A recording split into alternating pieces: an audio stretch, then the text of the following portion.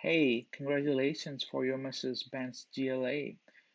So today I will explain how to use the cruise control in the Mercedes-Benz GLA. This is a left-hand drive car.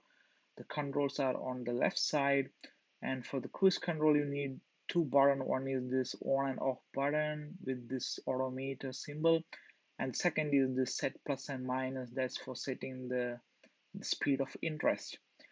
Um, so in order to enable the cruise control, you need minimum like 15 miles per hour speed. So the first step for enabling the cruise control is you reach that minimum speed, then you can press this on button with this odometer symbol.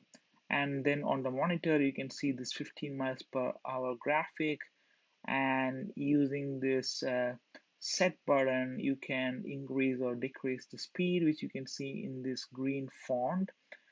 And once you set the speed, then you press this on button again, and then the cruise control is on.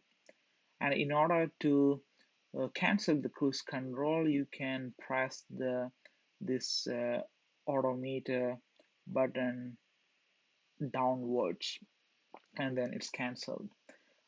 You can also use the brake to cancel the cruise control.